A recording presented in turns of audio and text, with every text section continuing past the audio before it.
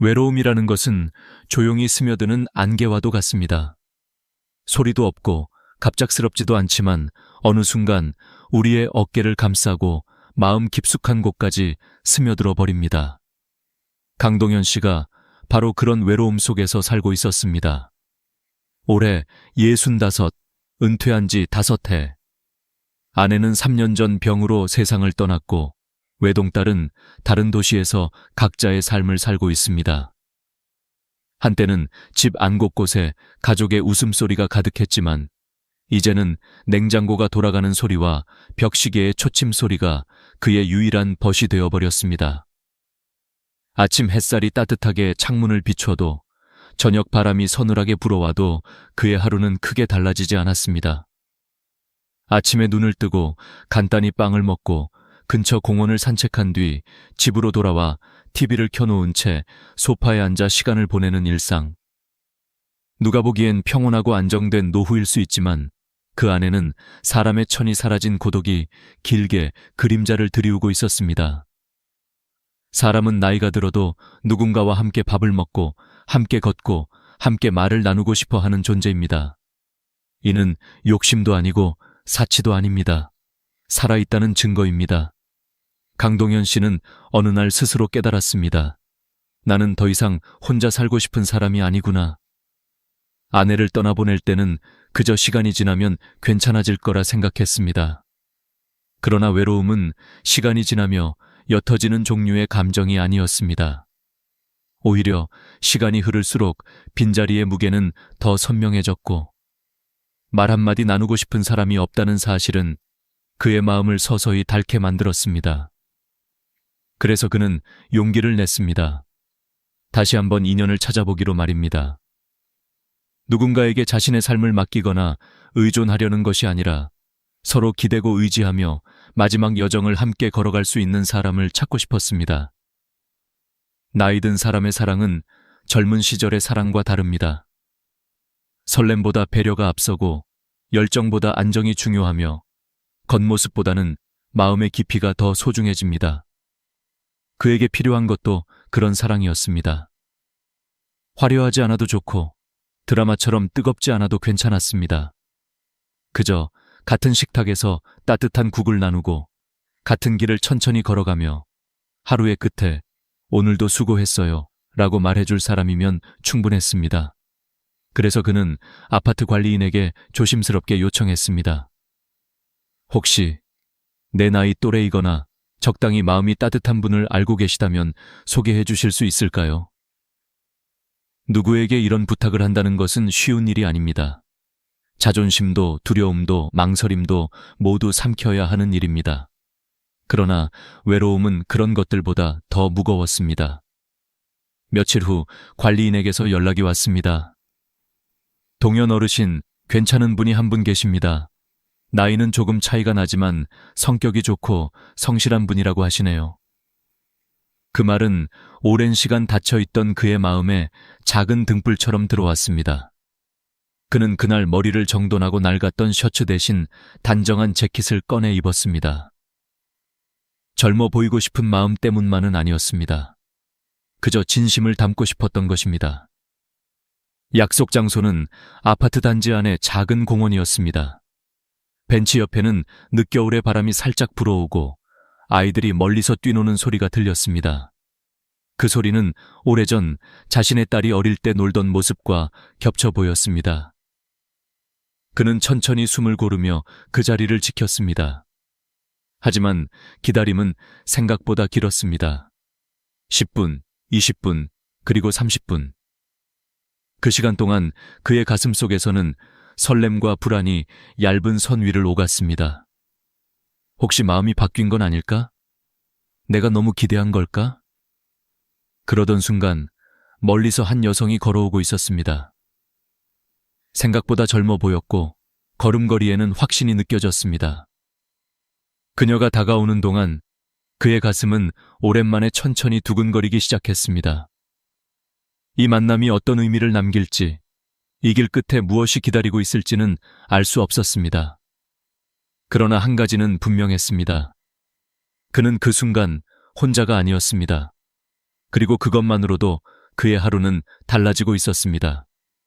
설렘은 생각보다 조용하게 다가옵니다. 강동현 씨는 공원 벤치에 앉아 그녀가 걸어오던 순간을 또렷하게 기억했습니다. 최혜진 씨.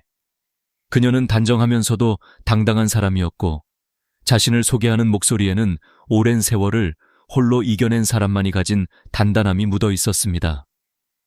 그녀와 마주 앉아 대화를 시작했을 때 강동현 씨의 마음에는 오랜만에 따뜻한 기운이 번졌습니다. 누군가와 눈을 맞추고 이야기를 나누고 함께 웃는 시간은 그에게 정말 오랜만에 찾아온 선물 같은 순간이었습니다. 서로의 취미, 생활 습관, 건강 상태와 연금 이야기까지 자연스럽게 오갔습니다. 그녀는 10년 전에 이혼했고 혼자 지낸 시간이 길다고 말했습니다. 그래서인지 그녀의 말투에는 세상에 휘둘리지 않는 독립적인 정서가 깃들어 있었습니다. 강동현 씨는 그 점이 다시 마음을 끄는 요소였고 동시에 약간의 두려움이 되기도 했습니다. 누군가는 외로움 속에서 누군가를 원하지만 또 다른 누군가는 그 외로움 속에서 살아가는 법을 배워버립니다. 그 차이는 관계의 온도를 결정짓는 중요한 요소입니다. 그러던 중 그녀가 갑자기 그의 손을 살며시 잡았습니다. 너무 자연스러워 오히려 강동현 씨는 순간적으로 숨이 막힐 정도로 당황했습니다. 그녀는 밝은 미소를 짓고 말했습니다.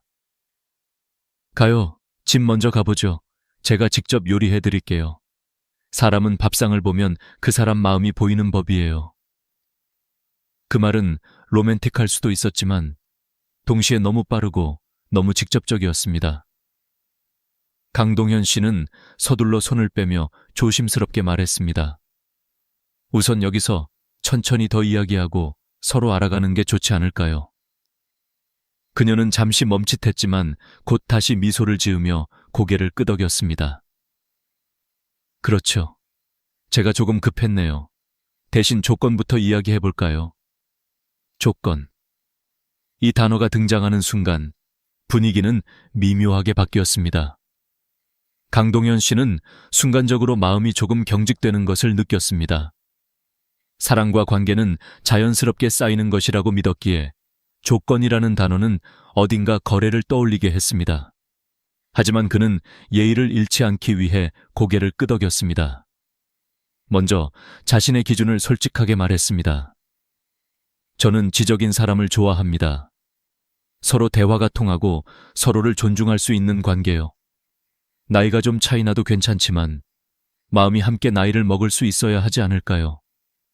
그러자 그녀는 한참 동안 웃음을 터뜨렸습니다. 그것은 조롱도 비웃음도 아닌 약간은 쓸쓸함이 섞인 웃음이었습니다. 그 말 참 오래된 시대의 귀한 말 같네요. 그녀는 다리를 꼬고 자세를 편 뒤 진지한 표정으로 그를 바라보았습니다.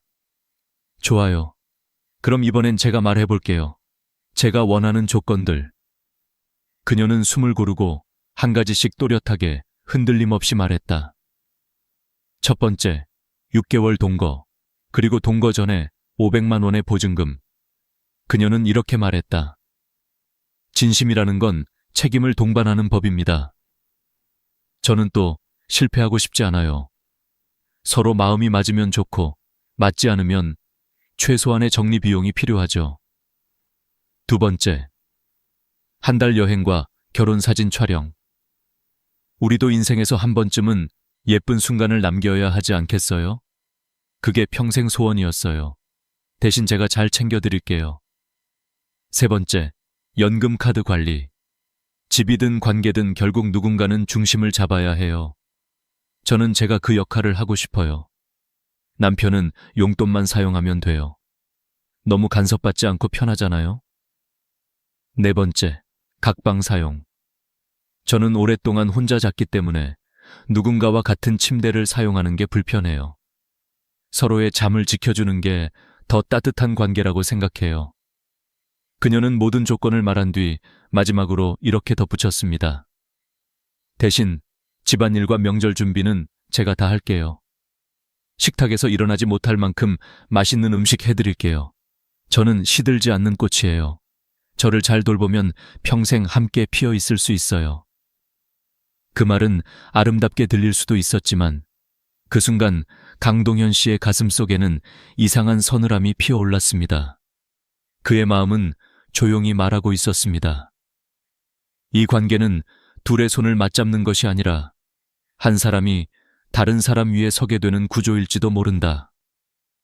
사랑은 서로의 빈자리를 채워주는 것이지 한 사람의 세계에 다른 사람을 끼워 맞추는 것이 아닙니다. 그는 그녀를 이해하려고 했습니다. 아마 그녀도 상처가 많았을 것이고 그래서 스스로를 지키는 방식으로 이렇게 조건을 만들어냈을 것입니다. 하지만 그럼에도 불구하고 그의 마음은 그 조건들을 받아들이기엔 너무 무겁고 불편했습니다.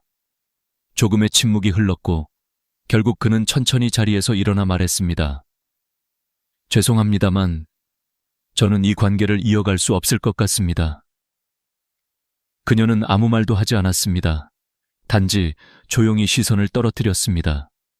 강동현 씨는 천천히 공원을 걸어 나왔습니다.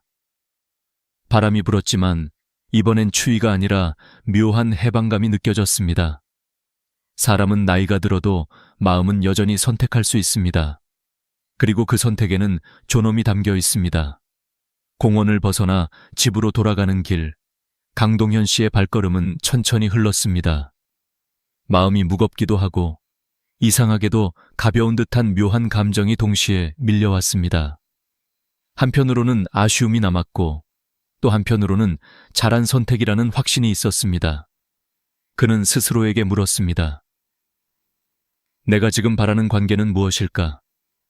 누군가 곁에 있어주는 것 그 자체인가? 아니면 서로가 서로를 진심으로 존중하는 동반자인가? 그 질문은 그가 지금까지 살아온 날들과 앞으로 살아갈 날들을 다시 바라보게 만들었습니다. 집으로 돌아오자 익숙한 조용함이 그를 맞았습니다. 거실의 시계 초침소리, 창문 밖에서 들리는 바람과 차 소리, 그리고 어디에도 없는 누군가의 숨결. 그 고요함이 갑자기 날카롭게 다가왔습니다. 그는 소파에 앉아 천천히 한숨을 내쉬었습니다. 이 조용함은 평온일까? 아니면 고독일까? 노년의 삶에서 이 두 가지는 종종 구분하기 어렵습니다. 때로는 편안함이 외로움과 같은 얼굴을 하고 다가오고 때로는 외로움이 평온처럼 둔갑해 앉아있기도 합니다. 그는 차를 하나 끓이고 창가에 앉았습니다. 무엇이 잘못되었는지 생각해 보려 했지만 사실 잘못된 것은 아무것도 없었습니다. 단지 서로의 기대가 너무 달랐을 뿐입니다. 최혜진 씨는 오랜 상처 속에서 스스로를 보호하기 위해 조건을 만들었고 그 조건은 그녀가 세상을 믿는 방식이었습니다. 그녀가 제시한 조건은 어쩌면 그녀가 살아남기 위해 만들어낸 작은 성이었을지도 모릅니다. 강하게 보였지만 그건 역시 외로움에서 비롯된 것이었습니다. 강동현 씨는 그녀가 떠올랐습니다. 처음 등장했을 때의 밝은 표정, 손을 잡으며 집으로 가자고 말하던 순간의 설렘, 그리고 4가지 조건을 말할 때의 단단한 눈빛. 그 속에는 누군가를 다시 믿고 싶지만 믿기 두려워하는 사람이 분명 존재했습니다. 한 번이 아니라 여러 번 마음이 다친 사람만이 가질 수 있는 눈빛이었습니다. 강동현 씨는 그 사실을 외면할 만큼 차갑지 않았습니다.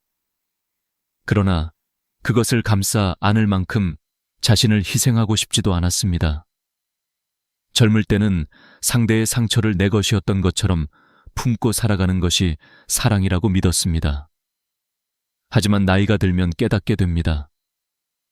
누군가의 상처를 치유하는 과정은 때로는 사랑이 아니며 서로의 삶을 잠식할 수도 있다는 것을. 노년의 사랑은 서로의 상처를 지우려는 것이 아니라 이미 남아있는 상처를 부드럽게 이해하는 것입니다. 그러나 그 과정은 강요되어서는 안 됩니다. 자연스럽게 스며드는 것이어야 의미가 있습니다. 그는 자신의 외로움도 생각해 보았습니다. 아내가 떠난 후 너무 많은 밤을 혼자 보냈습니다. TV를 켜놓은 채 잠드는 날도 많았고 라디오 목소리에 기대어 하루를 마무리할 때도 많았습니다. 하지만 그 외로움은 단지 누군가가 곁에 없어서 생기는 것이 아니라 마음을 이해받지 못할 때 깊어지는 것이었습니다.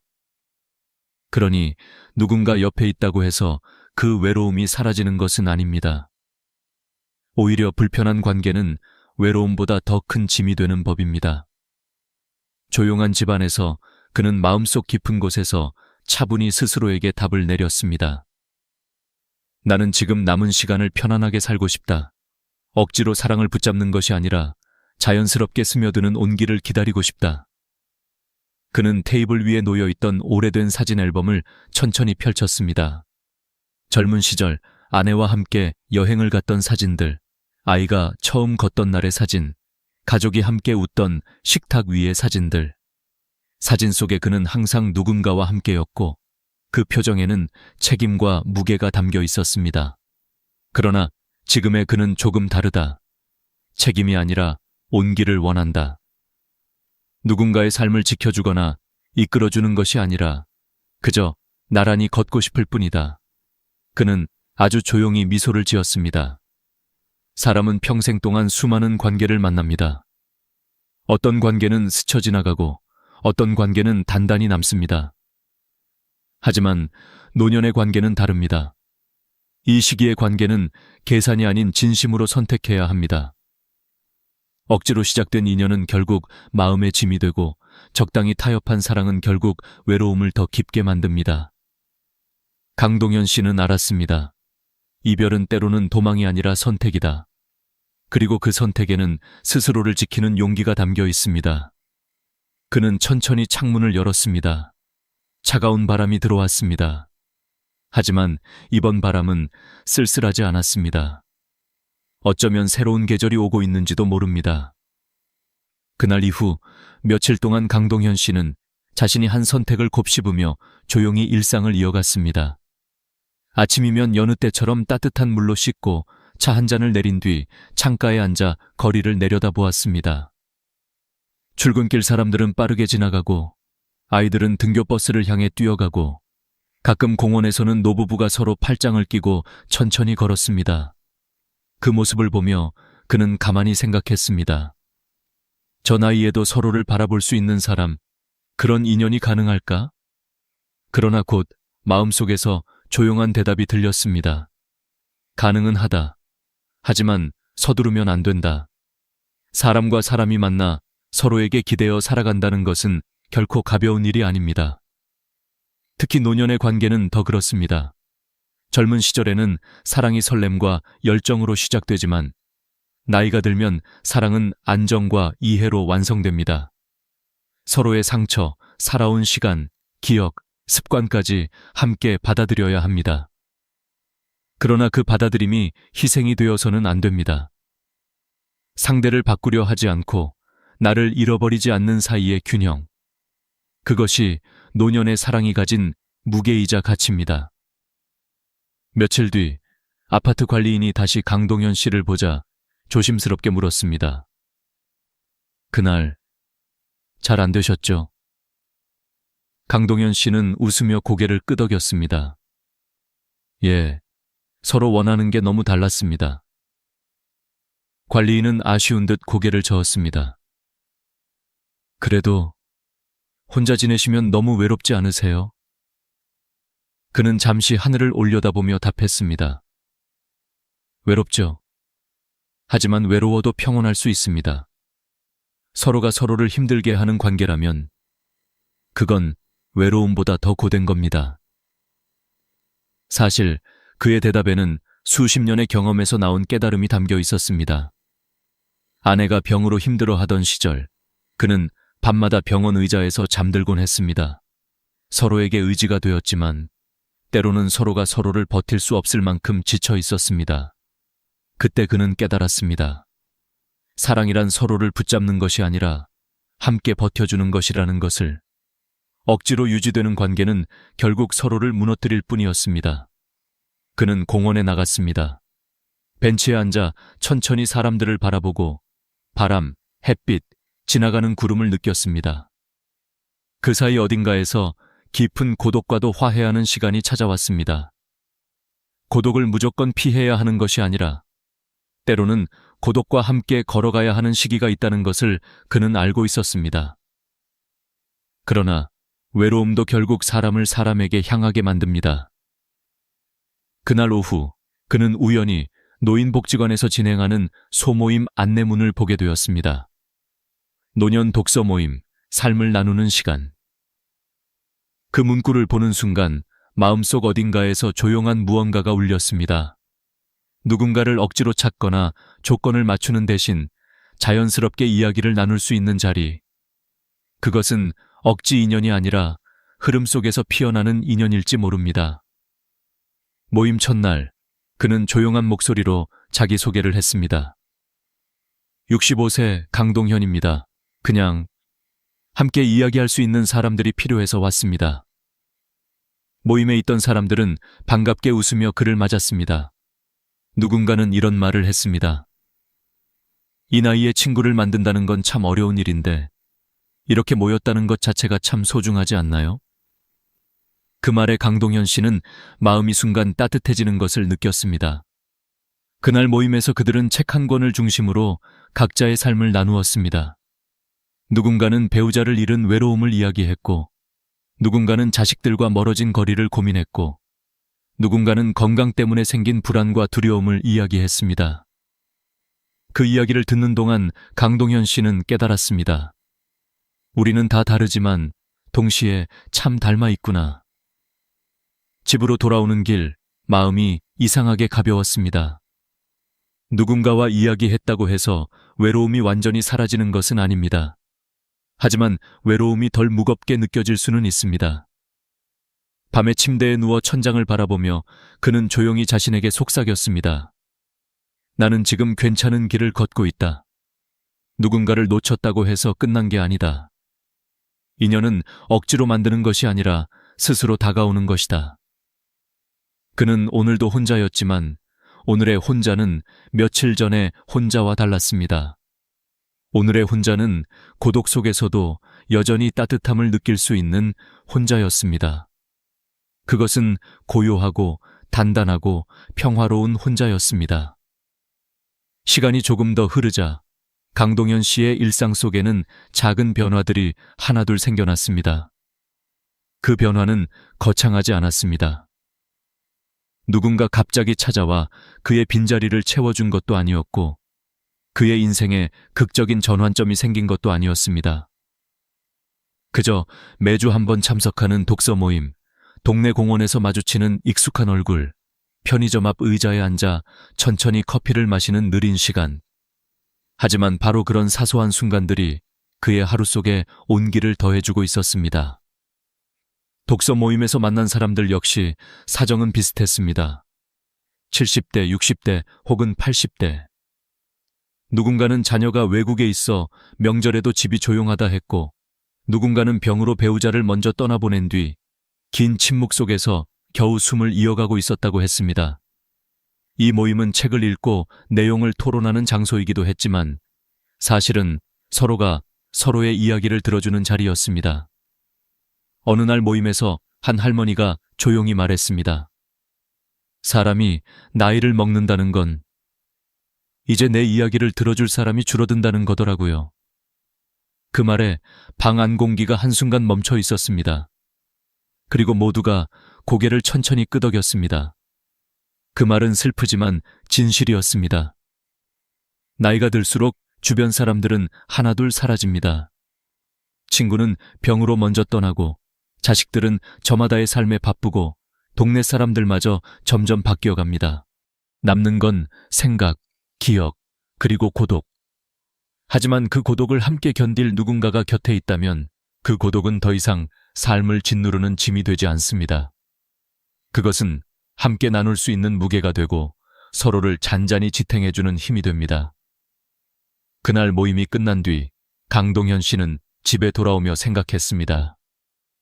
동반자란 생활을 대신해주는 사람도 아니고 내 돈을 관리해주는 사람도 아니고 내 삶을 통제하려 드는 사람은 더욱 아니지. 동반자는 그저 옆에 앉아 같은 하늘을 바라볼 수 있는 사람이면 충분한 것이다. 그는 예전에 소개팅 자리에서 도망치듯 일어난 자신을 떠올렸습니다. 그때는 당황과 실망이 컸지만 시간이 지난 지금 그는 차분하게 깨달았습니다. 그 여성이 요구한 조건들은 단순한 욕심이 아니라 그녀가 살아온 삶의 상처로부터 만들어진 방어막이었다는 것. 그녀 또한 2번 다시 이용당하고 싶지 않았고, 2번 다시 버려지고 싶지 않았고, 2번 다시 혼자 울고 싶지 않았던 것이다. 그녀의 요구는 지나치고 무겁고 현실적이지 않았지만 그 속에는 나는 불안합니다. 나는 아픕니다. 나는 또 다치고 싶지 않습니다. 라는 소리가 숨어 있었다는 것을 이제서야 이해할 수 있었다. 그러나 이해와 수용은 다른 문제입니다. 상대의 상처를 이해한다 해서 그 상처를 대신 안아야 하는 것은 아닙니다. 나의 삶 또한 지켜야 하기 때문입니다. 그는 조용히 속삭였습니다. 우리는 모두 상처받아 살아왔다. 하지만 상처가 조건이 되어선 안 된다. 며칠 뒤 독서 모임에서 한 할아버지가 말했습니다. 젊을 땐 사랑이 감정으로 시작했지만 나이 들어 찾는 사랑은 평온을 주는 사람입니다. 강동현 씨는 그 말을 깊게 마음에 새겼습니다. 평온. 이 단어는 그가 오래전부터 잃어버리고 찾고 있던 감정이었습니다. 그는 더 이상 드라마 같은 사랑을 원하지 않았습니다. 누가 그의 외로움을 완전히 없애주길 바라지도 않았습니다. 그저 서로의 침묵이 불편하지 않은 사람. 같은 밥을 먹고 같은 거리를 걷고 말이 없어도 괜찮은 사람. 그런 사람 한 명이면 충분했습니다. 그날 밤 창가에 기대어 조용히 빛나는 도시 불빛을 바라보며 그는 느꼈습니다.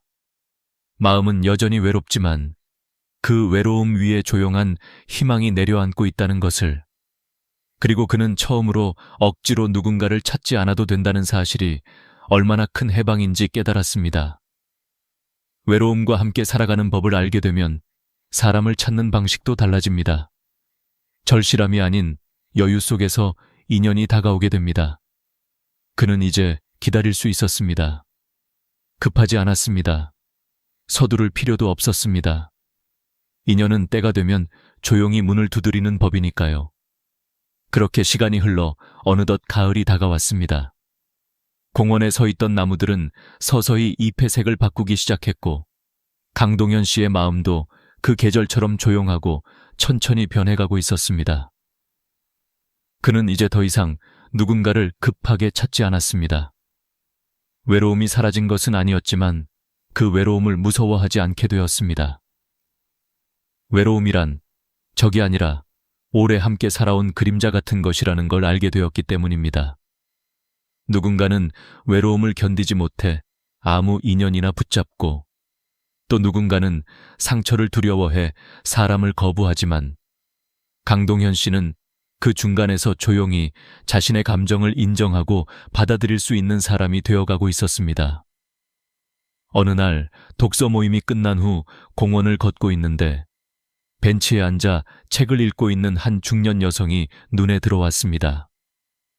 그녀는 조용하고 단정한 인상을 풍겼고 바람에 머리카락이 살짝 흩날렸습니다.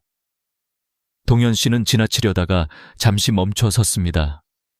예전의 그였다면 새로운 만남을 피하거나 혹은 너무 절실한 마음에 서둘러 말을 걸었을지도 모릅니다. 그러나 이번엔 달랐습니다. 그는 깊게 숨을 들이쉬고 자연스럽게 벤치 옆에 앉았습니다. 가을바람이 참 좋네요. 그녀는 책을 덮으며 천천히 미소를 지었습니다. 네, 이 계절은 조용해서 좋아요. 시끄럽게 울지도 않고 너무 화려하지도 않고요. 두 사람의 첫 대화는 아주 소박했습니다. 서로의 이름을 묻지도 않았고 나이나 경력, 연금, 가족 상황을 묻지도 않았습니다. 그저 같은 계절을 느끼는 사람으로서 잠시 머무른 것이었습니다. 이것이 바로 나이가 든 사랑의 출발선이었습니다. 조건이 아닌 호흡, 계산이 아닌 온도, 말이 많지 않아도 괜찮고 침묵이 흘러도 어색하지 않은 순간. 그녀와의 만남은 천천히 이어졌습니다. 둘은 매주 공원에서 마주쳤고 꺼내지 않아도 알 수 있는 마음이 조금씩 싹을 틔웠습니다. 어느 날 그녀가 말했습니다. 저는 누군가를 의지하지 않고 누군가를 소유하려 하지 않는 관계가 좋아요. 그냥 서로의 존재가 좋으면 되는 그런 사이. 그 말은 동현 씨의 마음 한가운데에 부드럽게 스며들었습니다. 그는 생각했습니다. 그래, 사랑은 누군가를 붙잡는 것이 아니라 서로가 서로에게 머물고 싶어 하는 거였어. 우리는 때때로 사랑을 너무 무겁게 만듭니다. 젊을 때는 감정의 불꽃을 사랑이라 믿고, 중년에는 책임과 의무를 사랑이라 착각하고, 노년에는 외로움의 빈자리를 채우려는 것을 사랑이라 여깁니다. 하지만 나이가 들수록 사랑은 결국 함께 있을 때 마음이 편안한 사람, 단 한 문장으로 정리되는 것이었습니다. 동현 씨는 더 이상 누군가에게 자신을 증명하려 하지 않았고, 상대가 자신을 증명하길 바라지도 않았습니다.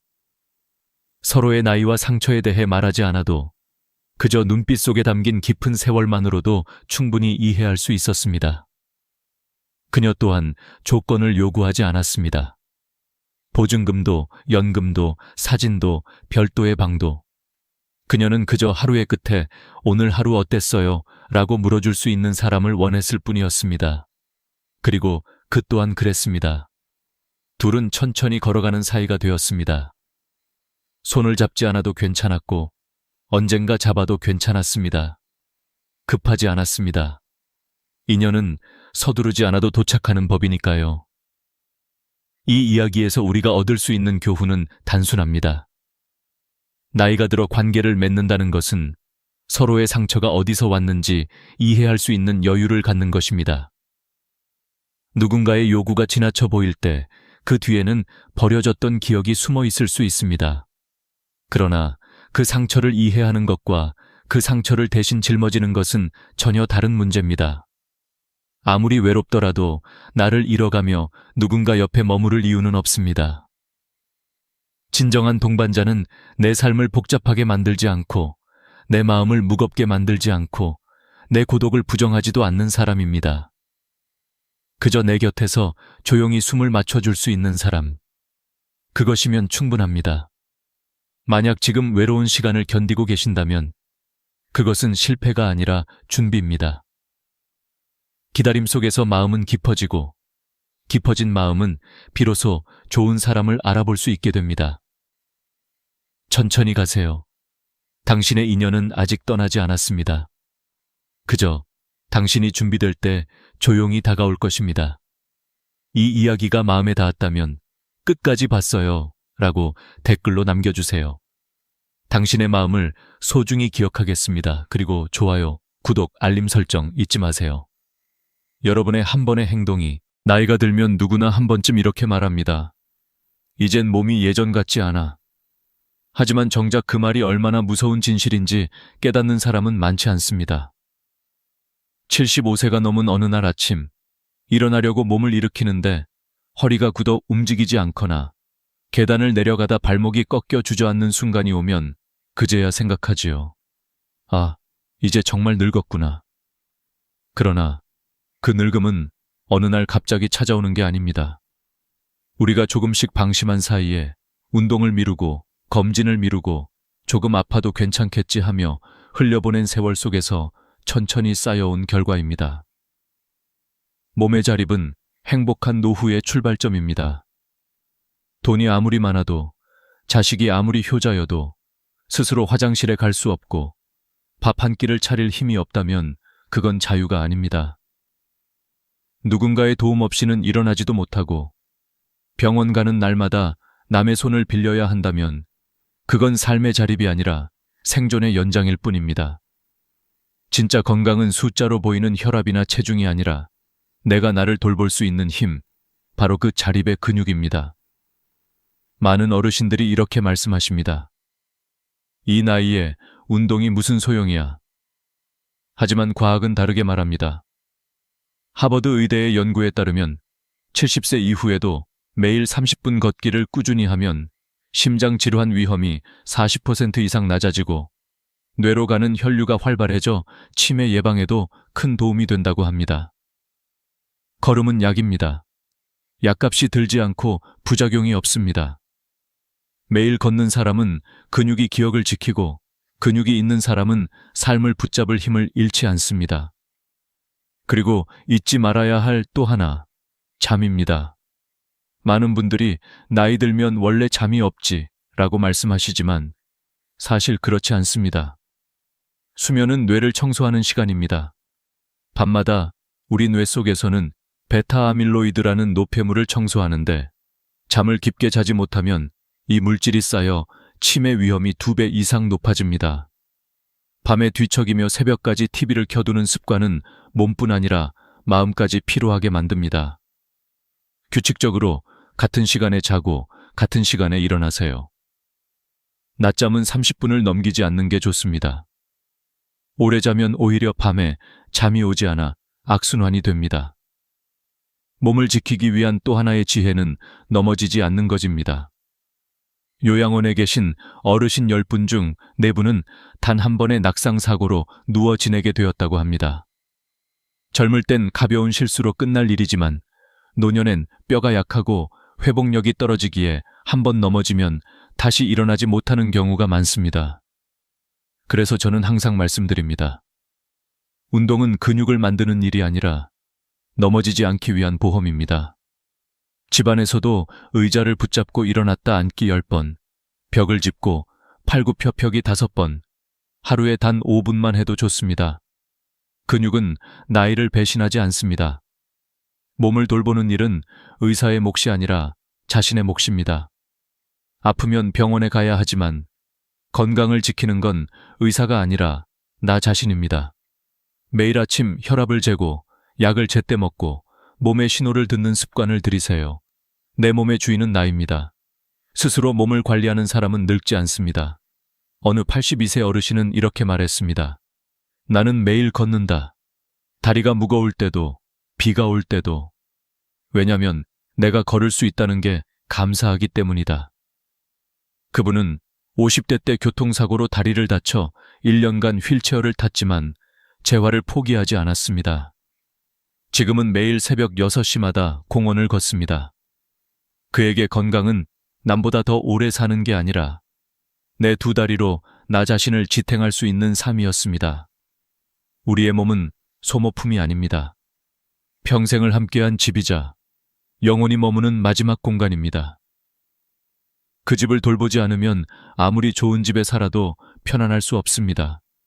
그래서 지금이라도 늦지 않았습니다. 오늘 저녁에는 TV를 끄고 거실을 천천히 걸어보세요. 무릎의 소리를 들어보세요. 그게 바로 내 몸의 목소리입니다. 몸은 말없이 신호를 보냅니다. 그 신호를 무시하면 언젠가 몸이 먼저 멈춰버립니다. 하지만 지금 돌보면 몸은 반드시 보답합니다. 여러분, 진짜 자유는 돈에서 오는 것이 아닙니다. 내 2다리로 일어나고 내 손으로 밥을 짓고 내 입으로 감사하다고 말할 수 있는 힘. 그것이 노년의 자존심이자 행복의 시작입니다. 지금 이 순간 작은 움직임 하나가 여러분의 내일을 바꿉니다. 오늘도 한 걸음, 스스로를 위한 발걸음을 내딛어 보세요. 나이가 들면 누구나 외로움을 두려워합니다. 배우자를 먼저 보내거나 자식들이 멀리 떨어져 살거나 친구들이 하나둘 세상을 떠나면 마음속에 커다란 빈자리가 생기지요. 사람들은 말합니다. 나도 이젠 혼자 남았구나. 그런데 놀랍게도 어떤 분들은 혼자 있어도 외롭지 않습니다. 그분들의 표정에는 평화가 있고 하루하루를 즐기는 여유가 있습니다. 반면 어떤 분들은 가족이 곁에 있어도 늘 허전하고 쓸쓸함을 이기지 못합니다. 같은 혼자인데 왜 이렇게 다를까요? 그 차이는 바로 혼자 있는 힘을 가진 사람과 그렇지 못한 사람의 차이입니다. 젊을 때는 혼자 있을 시간이 거의 없었습니다. 일과 집안일, 자식 교육에 쫓기며 자신을 돌볼 틈이 없었지요. 그러나 이제는 상황이 달라졌습니다. 주변이 조용해지고 하루의 대부분을 자신과 마주하게 됩니다. 어떤 분들은 이런 시간을 고독이라 부르며 두려워하지만 어떤 분들은 쉼이라 부릅니다. 차이는 시선입니다. 외로움을 적으로 보면 나를 괴롭히지만 친구로 받아들이면 마음을 치유합니다. 심리학자 이문희 교수는 고독은 타인이 없어서 생기는 게 아니라 자기 자신과 친하지 못해서 생긴다고 말했습니다. 정말 맞는 말입니다. 혼자 있는 시간은 쓸쓸한 시간이 아니라 나 자신을 회복하는 시간입니다. 젊을 땐 남의 눈치를 보며 살았지만 이제는 나의 눈빛을 마주할 때입니다. 조용히 앉아 차 한 잔 마시며 창밖을 바라보세요. 바람소리, 나무집 흔들리는 소리, 햇살이 비추는 창가의 따스함. 이 모든 게 나를 위한 위로가 됩니다. 저는 어느 76세 어르신의 이야기를 기억합니다. 아내를 먼저 떠나보내고 한동안 말수가 줄어들고 집안의 시계 소리만 들릴 정도로 적막했다고 합니다. 그런데 어느 날 손녀가 준 편지 한 장이 그분의 마음을 바꿨습니다. 할아버지, 혼자 계셔도 괜찮아요. 저는 할아버지를 매일 기억하고 있어요. 그날 이후 그는 매일 아침 거실 창문을 열고 인사하듯 말했습니다. 오늘도 괜찮다. 오늘도 살아있다. 그렇게 자신과 대화하는 습관이 생겼고 1년이 지난 지금 그는 이제 외로움은 친구가 되었다고 말합니다. 혼자 있는 힘은 연습으로 길러집니다. 첫째, 정서적 독립훈련을 하세요. 자식이 찾아오지 않아도 괜찮고 친구가 전화를 안 해도 괜찮습니다. 대신 자신에게 물어보세요. 오늘은 내가 나를 어떻게 돌봐줄까? 그 질문 하나가 하루를 바꿉니다. 둘째, 자기 표현을 두려워하지 마세요. 나답게 사는 법을 배우는 겁니다. 나이를 먹을수록 타인의 시선은 중요하지 않습니다. 내가 하고 싶은 말, 입고 싶은 옷, 그리고 하고 싶은 취미를 즐기세요. 요즘 어르신 패션을 보면 80세에도 색감 있는 옷을 입고 당당히 거리를 걷는 분들이 많습니다. 그분들의 공통점은 남이 뭐라 해도 내 삶은 내 거야 라는 자신감이 있지요. SNS나 휴대폰을 통해 일상을 나누는 것도 좋습니다. 이 나이에 무슨 SNS냐고 하실 수 있지만 실제로 70세 이상 이용자 중 절반 이상이 스마트폰을 사용합니다. 손주 사진을 공유하고 산책길에서 찍은 꽃 사진을 올리며 세상과 연결되는 즐거움을 느낍니다. 글을 잘 써야 하는 것도 아닙니다. 그저 오늘 느낀 것을 한 줄이라도 남기면 됩니다. 오늘 하늘이 참 예뻤다.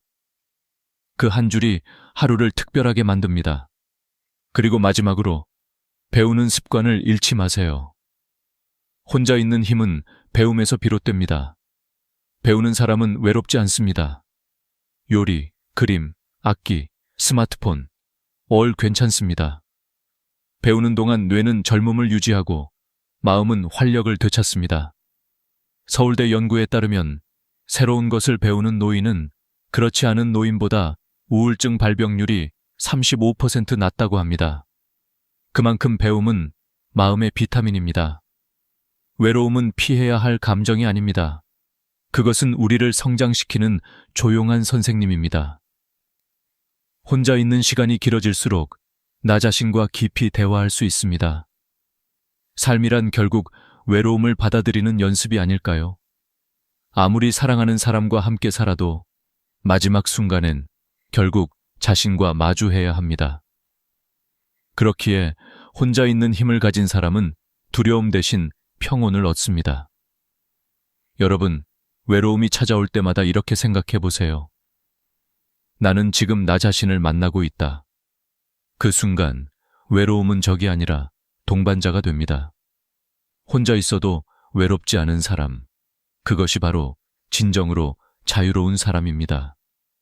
그 자유를 배우는 데는 나이가 필요하지 않습니다. 지금 이 순간부터 시작하면 됩니다.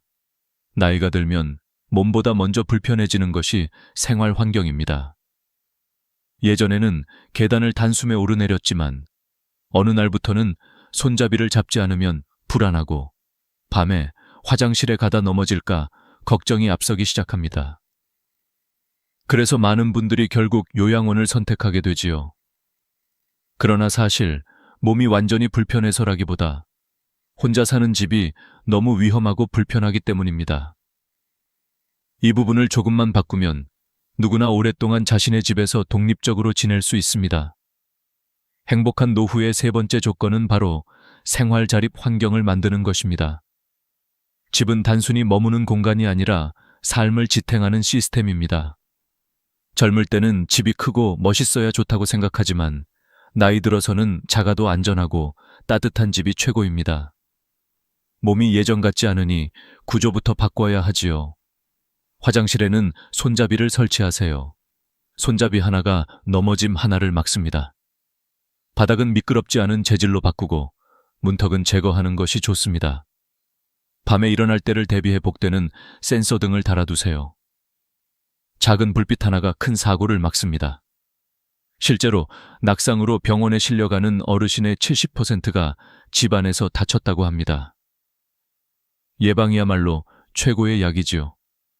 집안 구조를 단순하게 바꾸는 것도 중요합니다.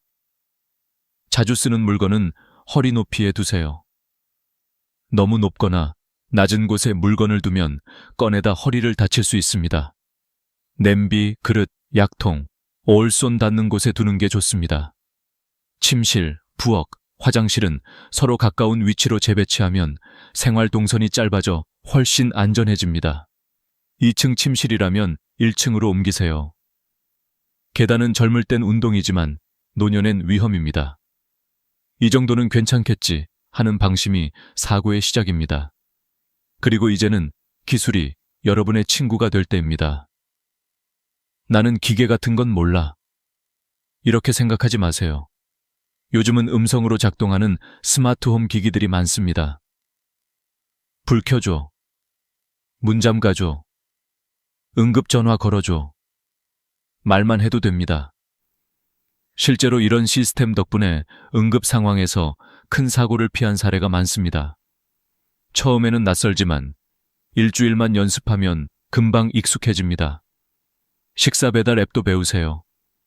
몸이 불편해도 간단히 주문해 따뜻한 식사를 해결할 수 있습니다. 자식에게 부탁하지 않고도 혼자 잘 살아간다. 이것이 바로 노년의 자존심입니다. 또한 집의 분위기, 즉 정서적 환경을 바꾸는 것도 중요합니다. 하루 종일 머무는 공간이 어둡고 답답하면 마음이 함께 무거워집니다. 아침에 일어나면 커튼을 활짝 열어 햇빛을 들이세요. 햇빛은 천연 한구울제입니다. 작은 화분이라도 키워보세요. 매일 물을 주며 자라는 생명을 바라보는 일은 사람의 마음을 따뜻하게 만듭니다. 벽에 가족 사진이나 여행 사진을 걸어두면 그 기억들이 하루를 밝혀줍니다. 밝은 조명, 정돈된 공간, 그리고 따뜻한 색감이 있는 집은 그 자체로 좋은 약입니다. 여러분, 노년의 외로움은 공간의 문제이기도 합니다. 집이 좁아도 주변과 연결되어 있으면 외롭지 않습니다. 걸어서 병원, 약국, 마트, 경로당에 갈 수 있는 위치가 가장 좋습니다. 혹시 지금 사는 곳이 너무 외지고 교통이 불편하다면 작은 집이라도 생활권이 가까운 곳으로 옮기는 걸 고려하세요. 나이 들어서의 행복은 면적이 아니라 접근성입니다. 가까운 곳에 이웃이 있고 인사할 사람이 있으며 급할 때 도움을 청할 수 있다면 그것만으로도 든든합니다. 한 80세 할아버지가 이런 말을 하셨습니다. 내 집은 작지만 병원까지 걸어서 5분이야. 그게 내 평화야. 이 말 속에는 노년의 진짜 자유가 담겨 있습니다. 우리는 젊을 때는 멀리 나아가는 삶을 원하지만 늙어서는 가까이 다가올 수 있는 환경이 필요합니다. 마지막으로 하나 더 말씀드리고 싶습니다. 정리는 불행을 줄이는 최고의 지혜입니다. 지금부터 조금씩 줄이세요. 옷장 속 입지 않는 옷, 서랍 속 쓰지 않는 약통, 10년째 안 읽은 책들. 모두 정리해보세요. 물건이 줄면 생각도 가벼워지고 집이 깔끔하면 마음이 평온해집니다. 한 어르신은 이렇게 말했습니다. 이젠 내 집이 아니라 집이 나를 돌보는 것 같아요. 그 말이 참 인상 깊었습니다. 그렇습니다. 집은 단순한 벽이 아니라 인생의 마지막 친구입니다. 그 친구가 안전하고 따뜻해야 남은 생도 편안합니다. 요양원을 피하고 싶다면 지금 사는 공간부터 다시 바라보세요. 몸이 머무는 공간이 곧 마음이 쉬는 자리입니다. 작은 변화가 큰 평화를 만듭니다. 오늘 한 가지라도 바꿔보세요. 그것이 여러분의 삶을 지켜줄 것입니다. 노년의 행복을 위해 꼭 필요한 네 번째 조건은 경제적 자립입니다. 많은 분들이 이렇게 말합니다. 이 나이에 무슨 돈이야. 연금으로 겨우 먹고 사는 거지. 하지만 돈에 많고 적음보다 훨씬 중요한 게 있습니다. 바로 내 돈을 내 마음대로 쓸 수 있는 통제력이지요. 연금이 많아도 자식에게 맡겨버리면 필요할 때 못 쓰고 허락을 받아야 하는 상황이 옵니다. 그건 부자가 아니라 관리받는 사람입니다. 반대로 연금이 조금이어도 스스로 계획하고 관리할 수 있다면 그건 진짜 자유입니다. 경제적 자립이란 돈이 넘치는 게 아니라 내 생활을 내가 결정하는 힘을 말합니다. 먼저 고정 지출 관리가 필요합니다. 매달 나가는 돈이 얼마인지 정확히 아시나요? 보험료, 공과금, 통신비, 구독료 이런 것들이 의외로 많습니다. 쓰지도 않는 보험, 잘 보지 않는 유료 채널을 그대로 두면 1년에 수십만 원이 낭비됩니다.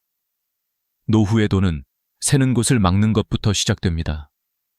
한 어르신은 한 달 5만 원씩 줄인 결과 1년 뒤 60만 원을 모으셨습니다.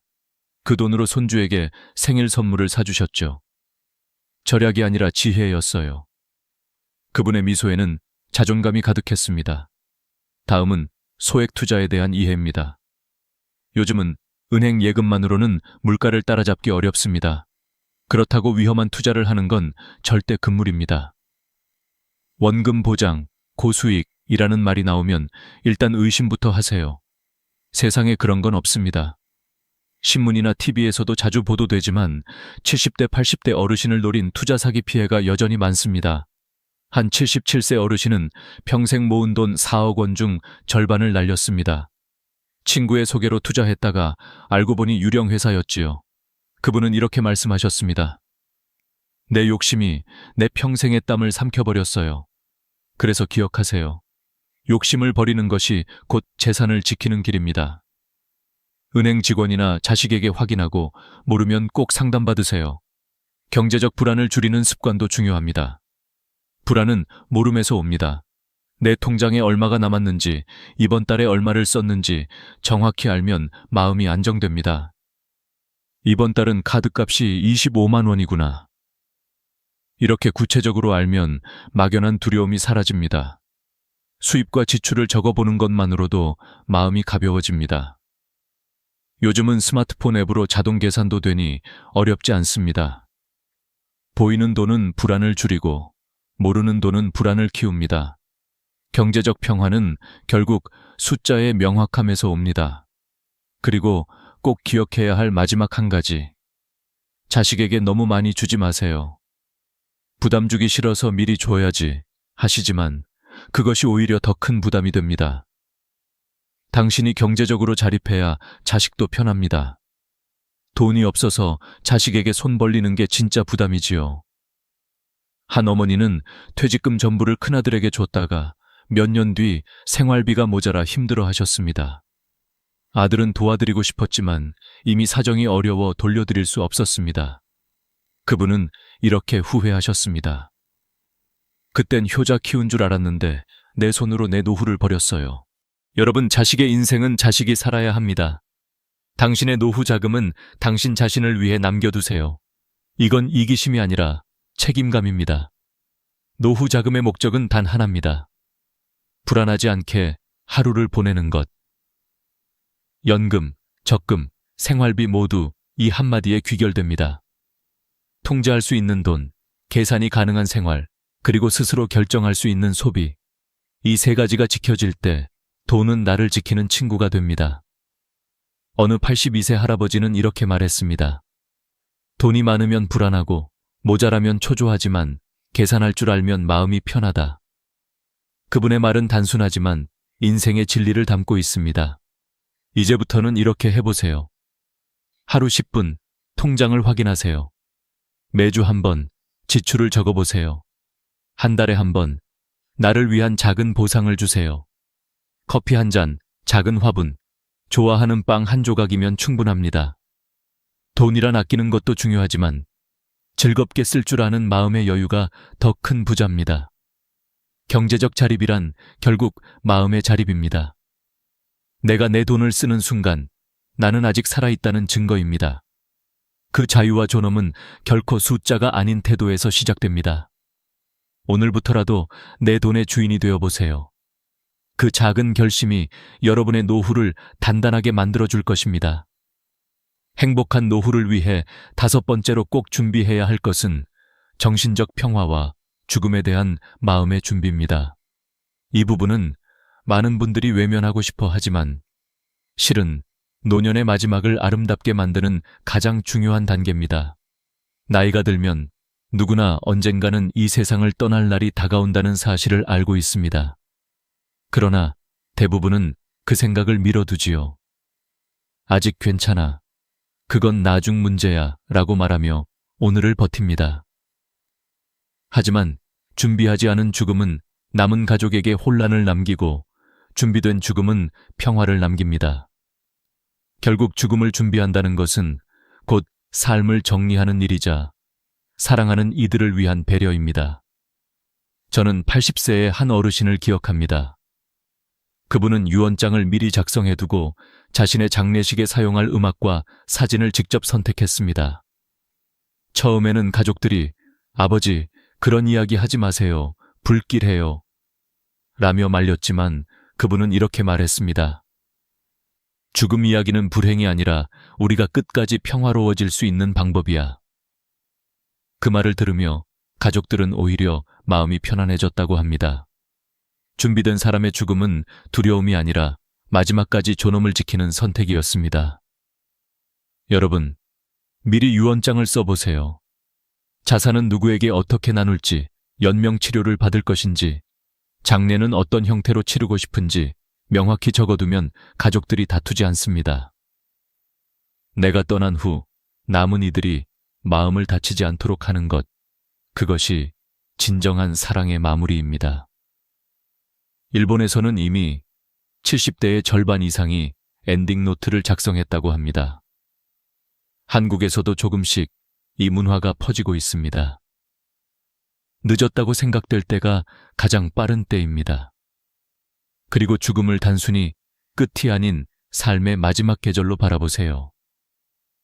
인생에도 봄, 여름, 가을, 겨울이 있습니다. 젊음이 봄과 여름이라면 노년은 가을과 겨울입니다. 가을의 낙엽이 아름답듯 겨울의 고요함이 평화롭듯 노년에도 그 나름의 색이 있습니다. 한 스님은 이런 말씀을 하셨습니다.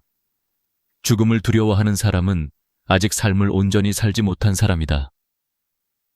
참으로 깊은 말이지요. 죽음을 받아들이는 순간 오히려 지금의 하루가 훨씬 더 빛나 보입니다. 오늘이 마지막이라면 그 하루를 더 따뜻하게 살고 싶어지니까요. 그렇다면 우리는 구체적으로 무엇을 할 수 있을까요? 첫째, 삶의 정리를 스스로 디자인하세요. 내 이름으로 된 물건들, 오래된 서류들, 버리지 못한 추억들. 지금부터 하나씩 정리하세요. 오래된 옷은 기부하고 쓸모없는 물건은 버리세요. 물건이 줄면 마음이 가벼워지고 집이 깨끗해지면 생각도 맑아집니다. 어느 할머니는 이렇게 말씀하셨습니다. 내가 떠난 뒤 자식이 내 물건을 버리며 울게 하고 싶지 않아. 그래서 살아있는 동안 조금씩 줄였다고 합니다. 그분의 집은 조용하지만 깔끔했고 얼굴에는 깊은 평화가 있었습니다. 둘째, 사랑하는 사람들에게 남기고 싶은 말을 지금 하세요. 나중에 하려면 늦습니다. 사랑한다, 고맙다, 미안하다는 말은 지금 해야 합니다. 살아있을 때 표현하지 않으면 나중에는 아무 의미가 없습니다. 한 할머니는 남편이 세상을 떠난 뒤 매일 편지를 썼다고 합니다. 여보, 오늘도 고마웠어요. 당신이 남긴 따뜻한 말 한마디 덕분에 하루를 견뎠어요. 그 편지들은 결국 감사의 일기가 되었고 손주들에게 전해져 가족의 이야기가 되었습니다. 말 한마디가 세대를 이어주는 다리가 된 것입니다. 셋째, 하루하루를 감사로 채워보세요. 감사는 마음의 평화를 만드는 가장 단순한 방법입니다. 오늘 아침 눈을 떴다는 것, 밥을 맛있게 먹었다는 것, 누군가의 안부를 들을 수 있었다는 것, 이 모두가 기적입니다. 매일 자기 전에 감사한 일 3가지를 적어보세요. 처음엔 억지로 써야 할 수도 있지만 일주일만 지나면 세상이 달라 보입니다. 감사하는 눈으로 보면 모든 순간이 선물처럼 느껴집니다. 그리고 마지막으로 삶의 의미를 잃지 마세요. 퇴직하고 자식들이 독립하면 이제 나는 뭐 하지? 라는 허무함이 찾아옵니다. 그러나 인생은 여전히 우리에게 할 일을 남겨둡니다. 화초를 가꾸며 생명의 숨결을 느끼거나 이웃에게 작은 도움을 주거나 경로당에서 이야기를 나누는 것도 다 의미 있는 일입니다. 당신의 존재가 누군가에게 힘이 되고 위로가 된다면 그것이 곧 삶의 이유입니다. 한 83세 어르신은 매주 금요일마다 마을 복지관에서 청소를 하십니다. 사람들은 그 나이에 힘들지 않으세요? 묻지만 그분은 웃으며 말합니다. 이 나이에 할 수 있는 일이 있다는 게 얼마나 감사한 일인지 몰라요. 바로 그 마음이 인생의 평화입니다. 죽음을 준비한다는 것은 삶을 포기하는 게 아닙니다. 오히려 삶을 가장 깊이 이해하는 길입니다. 내일을 두려워하지 않고 오늘을 사랑하는 법, 그것이 바로 죽음을 준비하는 지혜입니다. 여러분, 오늘이 바로 그날일 수 있습니다. 내일은 약속되어 있지 않지만 오늘은 내 손 안에 있습니다. 지금 마음이 건강하다면 오늘부터 당신의 마지막 계절을 아름답게 가꾸어 보세요. 그것이 바로 후회 없는 삶, 존엄한 마무리의 시작입니다. 인생의 마지막 6번째 조건, 그것은 마음의 평온입니다. 많은 사람들이 나이가 들수록 외로움보다 더 힘들다고 느끼는 것이 바로 화와 비교심입니다. 사소한 말에 상처받고 작은 일에도 서운해지고 지나간 일을 밤새 되새기며 마음을 괴롭히지요. 그러나 나이 들수록 감정의 짐은 더 무겁게 쌓입니다. 결국 그 짐을 내려놓지 않으면 아무리 좋은 집에 살아도 아무리 돈이 많아도 행복하지 않습니다. 인생의 후반부를 평화롭게 보내려면 감정을 흘려보내는 법을 배우는 것, 그것이 시작입니다. 한 할머니는 이런 말씀을 하셨습니다. 나는 매일 밤 이불 속에서 다짐해요. 오늘 일어난 일은 오늘 안에 끝내자고요. 내일로 가져가면 내일이 무거워지니까요. 정말 현명한 말입니다. 화가 날 땐 화내도 됩니다. 억누르면 병이 됩니다. 하지만 중요한 건 그 감정을 오래 두지 않는 것입니다. 내일 아침 눈을 뜰 때는 그래, 그럴 수도 있지 하고 털어내는 마음. 그 여유가 바로 마음의 면역력이지요. 감정은 쌓으면 독이 되지만 흘리면 약이 됩니다. 그리고 또 하나, 비교하지 않는 삶을 사세요. 젊을 때는 남과 비교하며 경쟁하는 것이 동력이었지만 노년의 비교는 독입니다. 저 사람은 아직 정정한데 나는 왜 이렇게 약할까? 저 집은 자식이 자주 찾아오는데 우리 집은 왜 안 올까? 이렇게 비교하면 끝이 없습니다. 나이 들어 진짜 지혜로운 사람은 남의 인생을 부러워하지 않습니다. 오히려 저 사람도 나름의 아픔이 있겠지 하고 이해합니다. 마음이 편해지고 시야가 넓어집니다. 인생은 순서가 다를 뿐 누구에게나 힘든 시기가 있습니다. 늦게 웃는 인생이 진짜 복된 인생이지요. 또한 감사의 마음을 습관처럼 품는 것이 중요합니다. 매일 자기 전에 감사일기 3줄만 써보세요. 오늘은 날씨가 좋았다. 손주와 영상통화를 했다. 통증이 덜했다. 별것 아닌 일처럼 보여도 이런 일들이 쌓이면 마음이 단단해집니다. 감사는 불평을 잠재우고 감사는 두려움을 몰아냅니다. 어느 79세 할머니는 치매 초기 진단을 받았을 때 매일 일기장을 펴고 이렇게 적었다고 합니다. 오늘도 나는 내 이름을 기억한다. 오늘도 나는 내 손으로 밥을 먹는다. 그 일기장이 쌓이자 어느새 그분은 눈물 대신 미소를 짓게 되었습니다. 감사는 병보다 강한 약이었습니다. 노년의 마음의 평온을 위해 또 한 가지 필요한 것은 나의 이유를 잃지 않는 것입니다. 은퇴하고 자식이 독립하고 배우자를 떠나보낸 뒤 찾아오는 공허함은 누구나 느낍니다. 이제 나는 뭐지? 라는 질문이 머리를 떠나지 않습니다. 그러나 그 질문 속에서 다시 길을 찾아야 합니다. 손주에게 이야기를 들려주는 것, 마을 사람에게 김치를 나누는 것, 텃밭에 상추를 키우는 것, 이 모든 게 이유가 될 수 있습니다. 내가 존재함으로 누군가에게 도움이 된다는 감각, 그것이 바로 노년의 삶을 지탱하는 에너지입니다. 어느 날 복지관 봉사를 하시는 84세 할아버지가 제게 이런 말을 하셨습니다. 이 나이에 봉사라고 하면 다들 놀라요. 하지만 사람에게 도움이 될 수 있다는 게 얼마나 기쁜 일인지 몰라요. 몸이 무거워도 마음이 가볍습니다. 그분의 주름진 얼굴은 햇살처럼 따뜻했습니다. 누군가에게 필요한 존재라는 자각, 그것이 바로 살아있는 기쁨이지요. 그리고 여러분, 자연과 함께 시간을 보내세요. 걱정이 많을 때, 생각이 복잡할 때 그냥 공원으로 나가보세요. 벤치에 앉아 바람을 느끼고 나무 사이를 거닐고 새소리를 들어보세요.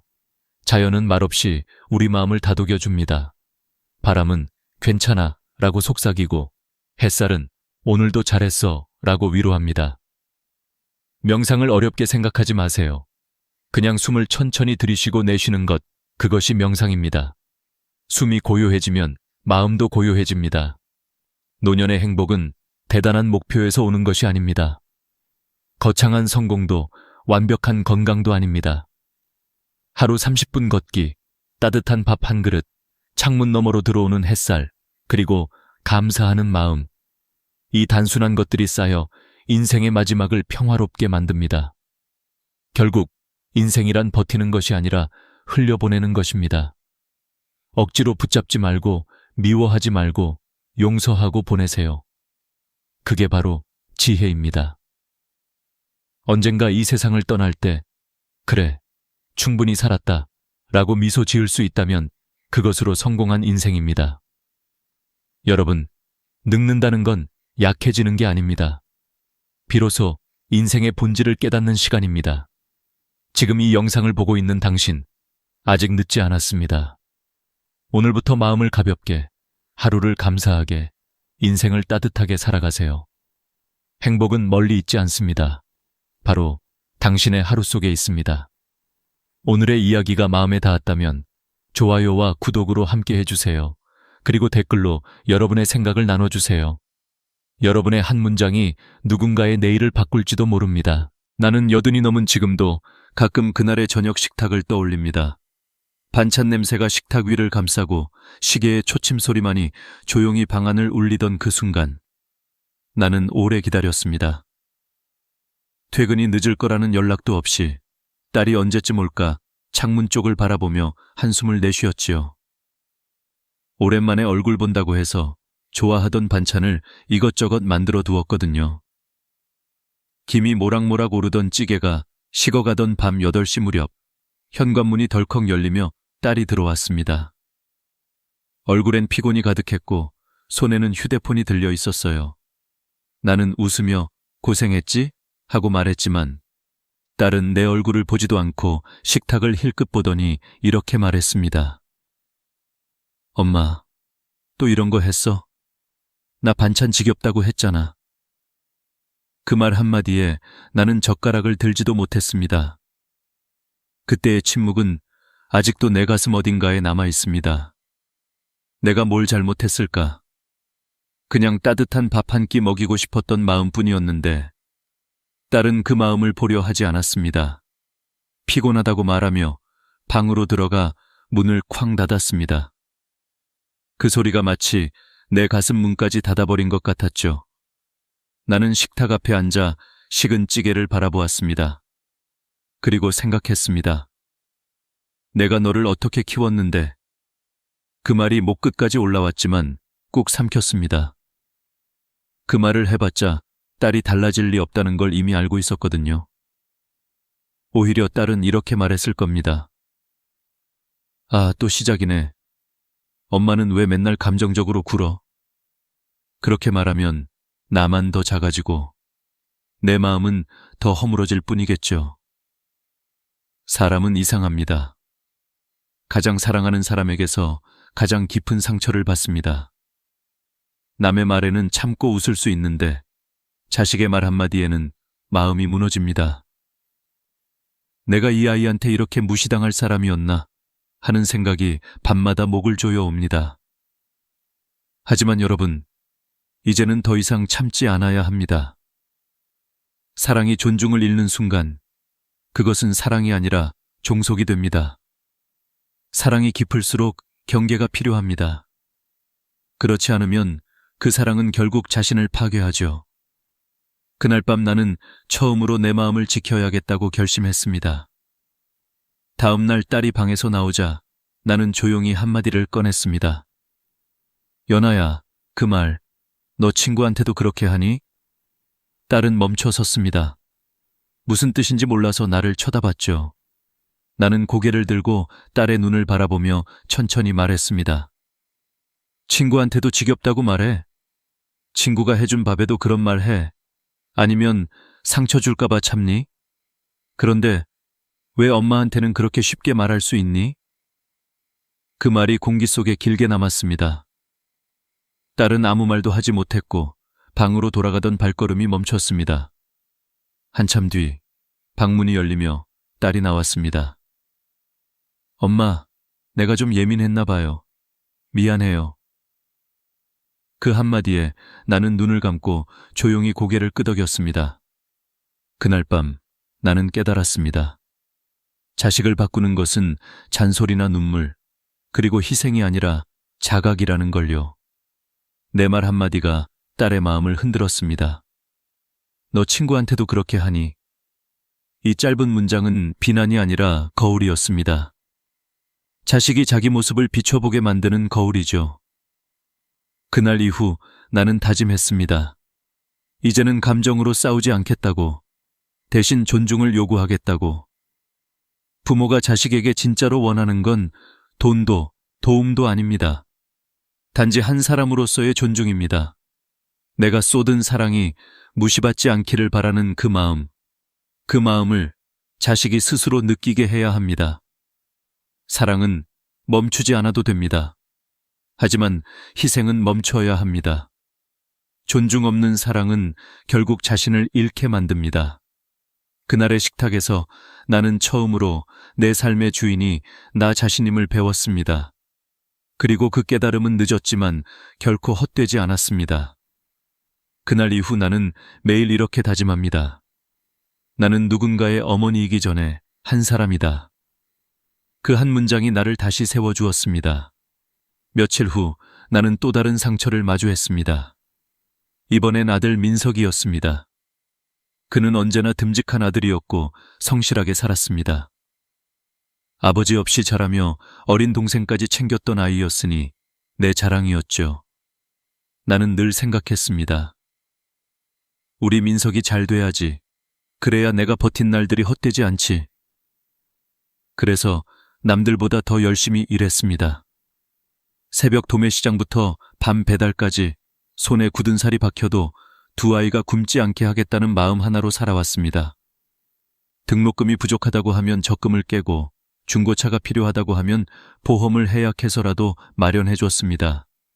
그때 그는 나를 향해 웃으며 말했죠. 엄마, 나중에 다 갚을게요.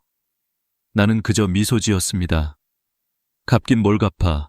잘 살면 그걸로 갚는 거지. 그게 어머니 마음이었습니다. 세월이 흘러 민석이는 결혼을 했고 아이도 낳았습니다. 나는 그가 행복하길 바랐습니다. 그러던 어느 날 아들이 집으로 찾아왔습니다. 조심스러운 말투로 이렇게 말했습니다. 엄마, 사업 하나 해보려 하는데 자금이 조금 부족해서요. 처음에 5천만 원 정도만 도와주시면 될 것 같아요. 그 말에 나는 한동안 말이 나오지 않았습니다. 내 노후 자금, 그건 평생 땀으로 모은 마지막 남은 씨앗이었습니다. 그 돈이 그냥 만들어진 게 아니라 내 허리와 손끝이 부서져서 쌓인 시간들이었지요. 그런데 아들은 아무렇지 않게 말했습니다. 엄마, 그거 그냥 놔둬서 뭐 해요? 엄마는 어디 놀러 다니셔? 그 돈은 나 도와주려고 모은 거 아니에요? 그 순간 나는 숨이 막혔습니다. 그건 부탁이 아니라 명령처럼 들렸습니다. 내가 평생 쌓아온 인생의 무게를 가볍게 내던지는 말투였죠. 나는 천천히 의자에 앉아 물잔을 바라보았습니다. 그 물속에 비친 내 얼굴은 오랜 세월 참고 살아온 흔적투성이었습니다. 이번에도 참아야 할까 속으로 수없이 되뇌었습니다. 하지만 이번만큼은 달랐습니다. 이번엔 내 안에서 조용히 그러나 단단하게 외치는 목소리가 들렸습니다. 이제는 지켜야 한다. 나 자신을. 나는 조용히 입을 열었습니다. 민서가, 엄마가 널 위해 해줄 수 있는 건 여기까지야. 아들은 멈칫했습니다. 내가 늘 뭐든 들어주던 엄마였으니까요. 결혼은 네가 선택한 길이고 그 무게는 네가 져야 해. 엄마 인생은 누군가를 위해 끝까지 희생하라고 있는 게 아니야. 내 목소리는 떨리지 않았습니다. 조용하지만 확실했습니다. 아들은 잠시 나를 바라보다가 말했습니다. 엄마, 나한테 이럴 줄 몰랐어요. 나는 고개를 끄덕이며 대답했습니다. 그래, 엄마도 몰랐어. 내가 너한테 이렇게까지 내어줄 줄은. 그날 이후 나는 깨달았습니다. 사랑은 멈추지 않아도 되지만 희생은 반드시 멈춰야 한다는 걸. 자식이 부모의 희생을 당연하게 여길 때 그것은 사랑이 아니라 권리의식으로 바뀝니다. 부모니까 당연히 해줘야 해. 그렇게 생각하는 순간 자식은 부모의 마음을 사랑으로 느끼지 못합니다. 오히려 의무로 받아들이죠. 그리고 그 의무는 끝없이 요구로 변합니다. 철학자 세네카는 이렇게 말했습니다. 자비는 한 번 베풀되 그 끝은 반드시 지혜로 마무리되어야 한다. 사랑은 베풀 수 있지만 그것을 멈출 줄 아는 것이 지혜입니다. 여기까지야. 이 한마디는 냉정한 말이 아닙니다. 자식을 버리는 문장이 아니라 자식이 스스로 설 수 있도록 세워주는 경계의 문장입니다. 부모는 바람이 되어 자식을 밀어줄 수는 있어도 대신 걸어줄 다리는 아닙니다. 나는 그날 이후로 내 인생의 문을 조금 닫았습니다. 하지만 그건 서운함이 아니라 결심이었습니다. 더 이상 의무로만 존재하지 않겠다는 나라는 사람으로서의 선언이었죠. 내 마음의 문을 닫고 나서야 비로소 내 안에 남은 온기를 느낄 수 있었습니다. 그것은 외로움이 아니라 오래 묵은 사랑이 제자리를 찾는 시간이었습니다. 그날 밤 나는 일기를 썼습니다. 오늘 나는 내 삶의 주인이 되었다. 그리고 눈을 감았습니다. 오랜만에 편안한 잠이 찾아왔습니다. 며칠 뒤에는 딸 소연의 일이 있었습니다. 이번엔 돈이 아니라 말 한마디가 내 마음을 베어냈습니다. 그날 아침 소연이가 바쁘다며 나에게 부탁을 했습니다. 엄마, 은행 가서 서류만 좀 내주세요. 그냥 도장만 찍고 제출하면 돼요. 나는 은행이 낯설었지만 딸이 믿고 맡긴 일이니 도와주고 싶었습니다. 이른 아침부터 서류를 챙기고 버스를 타고 은행으로 갔지요. 대기표를 뽑고 오랜 시간 기다린 끝에 내 차례가 되어 창구로 갔습니다. 하지만 직원이 이렇게 말했습니다. 이건 본인 상담이 필요해서 어머님이 직접 처리하실 수 없습니다. 나는 당황해 손에 쥔 서류를 내려다보았습니다. 딸이 그냥 접수만 하면 된다고 했는데요. 저는 잘 몰라서요.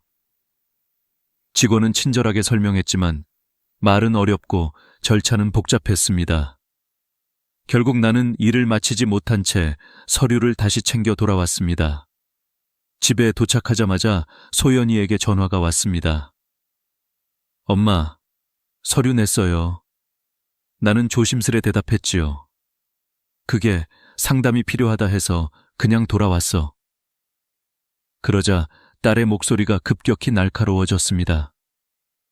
엄마, 진짜 그것도 못해요? 그냥 내 말대로 서류만 내면 된다니까. 왜 그렇게 어렵게 만들어? 그 말에 나는 멍해졌습니다. 서류 하나 못 낸 게 아니라 나라는 사람이 무너지는 느낌이었습니다.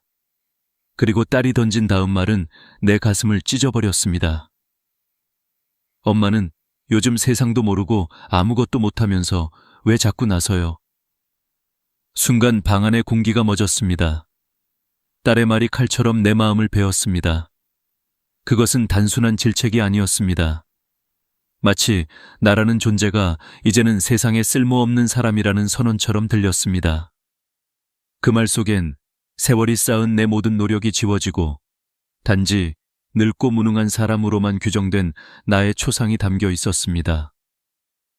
나는 전화를 끊고 창밖을 바라봤습니다. 어둑한 하늘에 구름이 내려앉고 가로등 불빛이 흔들리더군요.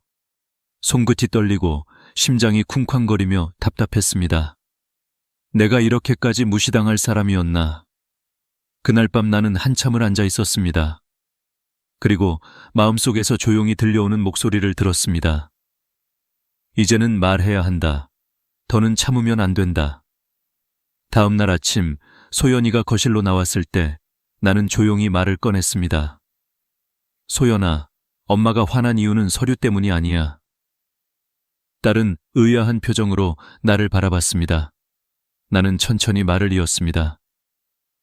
엄마를 대하는 너의 말투, 엄마를 아무것도 아닌 사람처럼 여기는 그 태도, 그게 더 아파. 순간 딸의 눈빛이 흔들렸습니다. 하지만 나는 시선을 피하지 않았습니다. 엄마는 널 위해 뭐든 해주고 싶어. 하지만 그 전에 엄마가 사람 대접은 받아야 하지 않겠니? 네가 엄마를 필요로 하면서 왜 엄마의 존재는 무시하니? 그 말은 내 억울함을 풀기 위한 것이 아니라 한 인간으로서 존엄을 지키겠다는 선언이었습니다. 철학자 칸트는 말했습니다. 인간은 결코 수단이 되어서는 안 되며 언제나 목적 그 자체로 존중받아야 한다. 부모도 예외가 아닙니다. 사랑을 주는 존재이기 전에 존중받아야 할 인간 그 자체입니다. 그날 밤 소연이는 내 방 앞에 와서 말했습니다. 엄마, 미안해요. 엄마 말이 맞아요. 제가 너무 함부로 말했네요.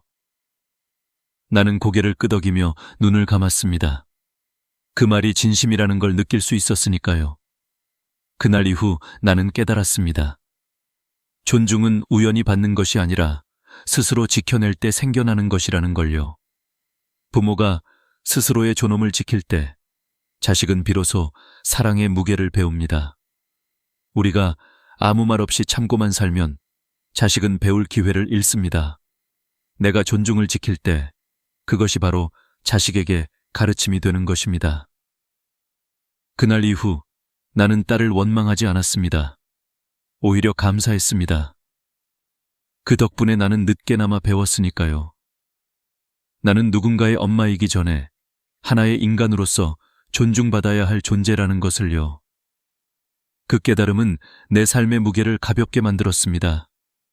존중은 멀리 있는 게 아니었습니다. 내 안에서 내가 나를 지킬 때 생겨나는 것이었습니다. 며칠이 지나고 또 다른 일이 생겼습니다. 이번엔 컴퓨터 때문이었습니다. 소연이가 전화를 걸어 말했습니다. 엄마, 컴퓨터 켜져 있어요. 내가 말하는 대로만 하면 돼요. 클릭 몇 번만 하세요. 그날 회사에서 프린트가 되지 않아 대신 서류를 인쇄해달라는 부탁이었지요. 나는 천천히 컴퓨터 전원을 켜고 화면을 바라보았습니다. 익숙하지 않은 로그인 창, 알 수 없는 영어 메시지들, 그리고 멈칫거리는 마우스. 손끝이 떨렸습니다. 이게 그 첨부 파일인가? 중얼거리며 한참을 찾았지만 아무리 눌러도 서류는 열리지 않았습니다.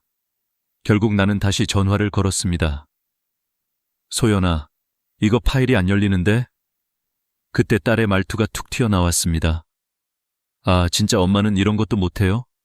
이래서 내가 뭐 좀 부탁하면 스트레스라니까. 그냥 스마트폰 하나도 제대로 못 다루면서. 그 순간 내 귀에 꽂힌 말은 단순한 짜증이 아니었습니다. 그건 선언처럼 들렸습니다. 엄마는 이제 아무것도 할 줄 모르는 사람이다. 마우스를 쥔 손이 천천히 내려앉았습니다.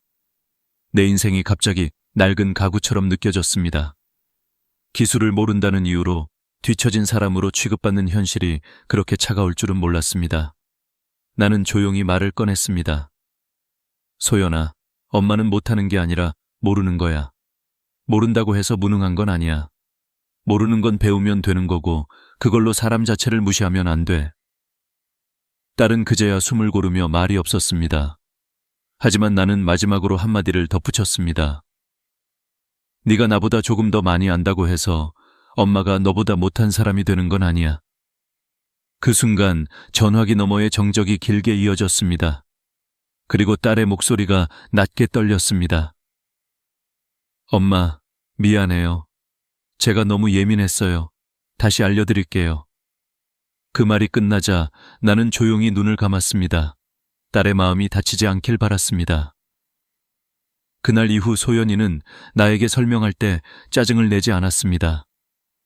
천천히, 부드럽게 말했죠. 엄마, 이번엔 이렇게 해보세요. 그 작은 변화 하나가 내 마음을 따뜻하게 했습니다. 나는 깨달았습니다.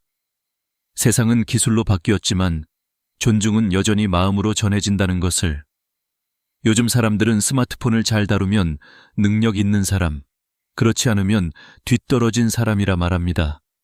하지만 심리학에서는 이런 태도를 연령 편향이라 부릅니다.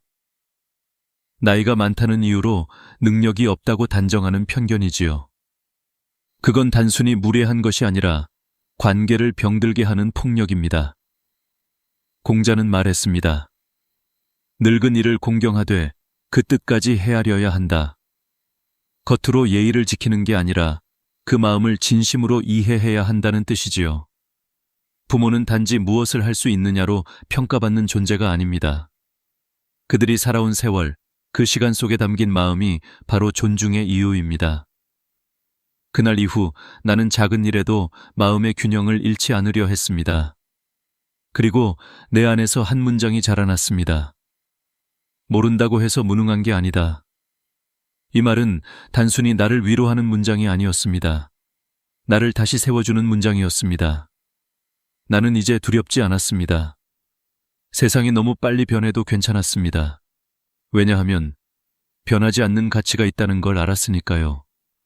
그건 바로 존중입니다. 존중은 배우는 속도보다 마음의 깊이에서 시작됩니다. 내가 모르는 걸 부끄러워하지 않고 대신 배움을 기꺼이 받아들이는 것. 그것이 어른의 품격이자 부모의 존엄이었습니다. 그날 밤 나는 컴퓨터를 끄며 천천히 속삭였습니다.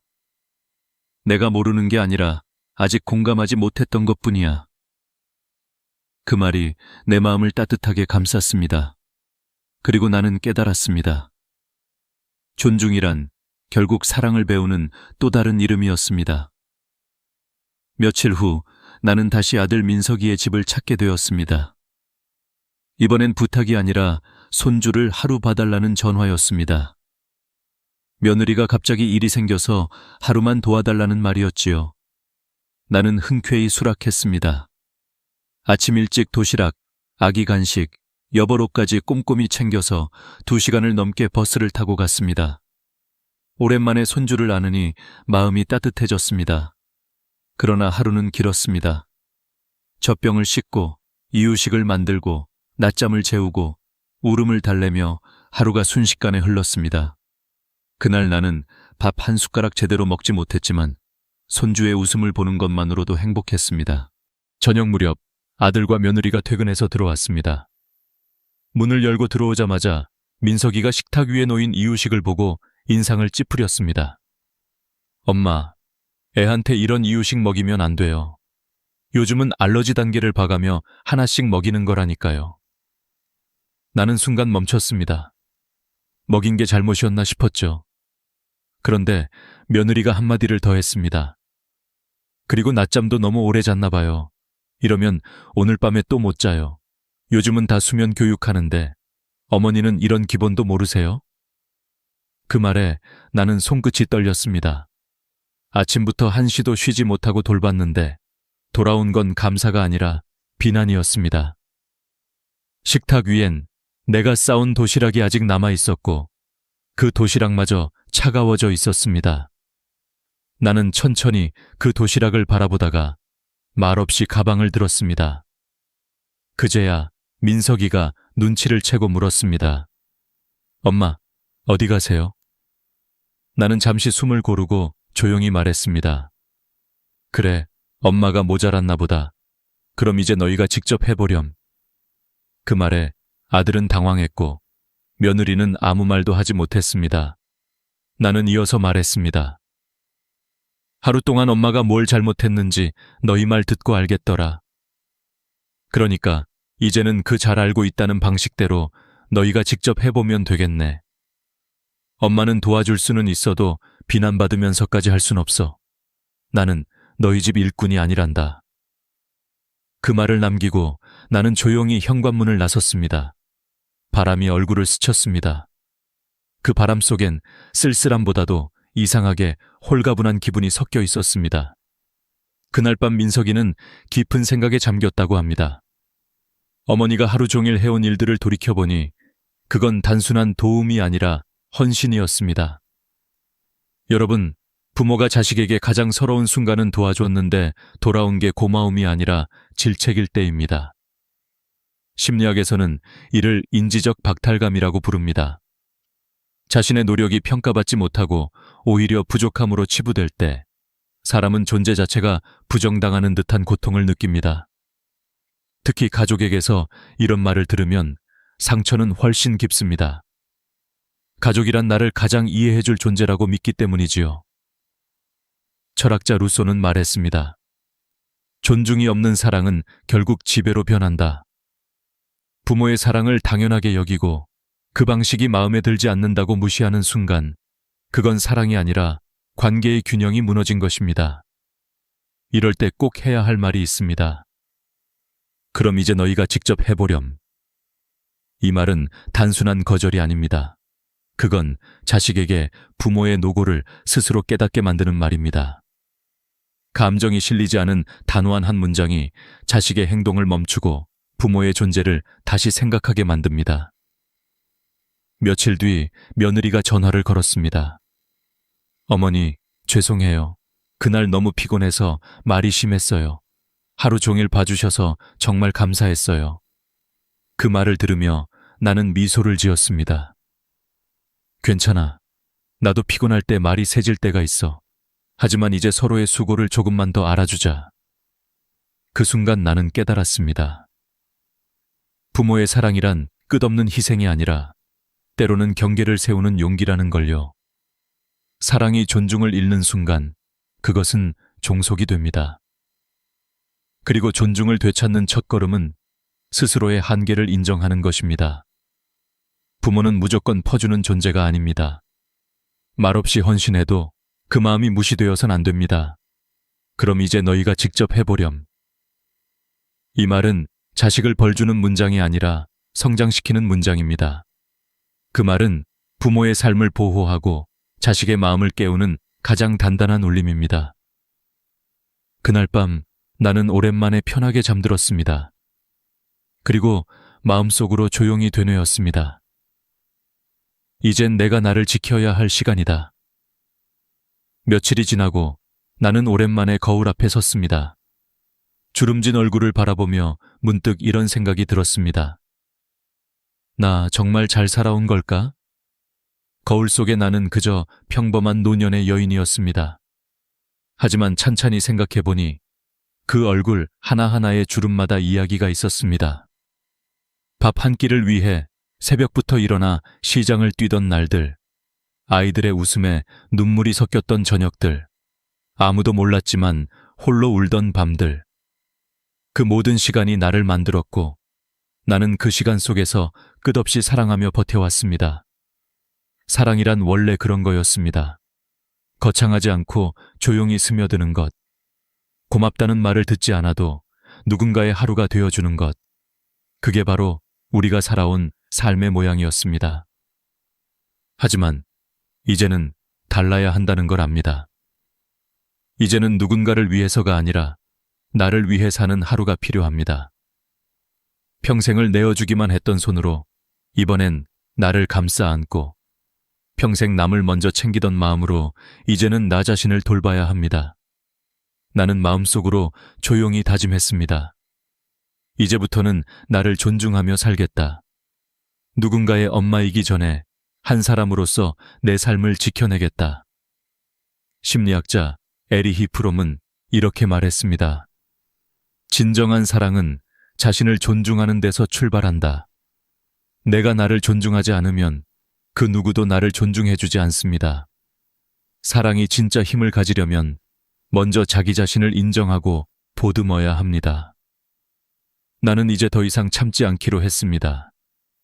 억울한 말을 듣고도 침묵으로 삼키던 내게 이젠 말해줍니다. 괜찮아. 네가 틀린 게 아니야. 다만 너무 오래 참았을 뿐이야. 그 한마디가 마음의 짐을 조금씩 내려놓게 했습니다. 이제는 누군가를 설득하기 위해 애쓰지 않아도 됩니다. 내가 옳았음을 증명하지 않아도 괜찮습니다. 그저 조용히 나답게 내 삶을 걸어가면 됩니다. 우리가 살아온 세월 속에는 수많은 아픔이 있었습니다. 무시당한 말, 돌아오지 않은 고마움, 참아야만 했던 눈물. 하지만 그 모든 순간이 우리를 단단하게 만들었습니다. 그 상처 위에 피어난 연민과 이해가 이제는 지혜가 되어 있습니다. 이제는 누구에게 잘 보이기 위해 살지 않아도 됩니다. 늙었다는 이유로 작아질 필요도 없습니다. 세상은 변하지만 존엄은 스스로의 마음속에 있습니다. 나는 매일 아침 창문을 열며 스스로에게 이렇게 말합니다.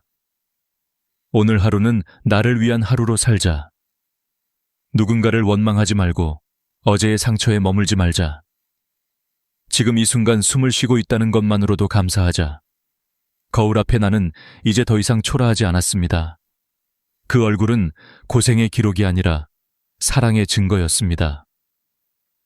그 눈가의 주름에는 참아온 시간들이 있었고 그 입가의 미소에는 포기하지 않은 용기가 있었습니다. 여러분, 우리가 살아온 인생은 결코 헛되지 않았습니다. 사랑하며 견디고 때로는 울고 다시 일어서며 배운 그 모든 날들이 인생의 진짜 의미입니다. 이제는 이렇게 말할 때가 됐습니다. 이제 괜찮아. 나는 충분히 잘 살아왔어. 그리고 마지막으로 이렇게 덧붙이고 싶습니다. 이제부터는 내가 나를 사랑할 차례야.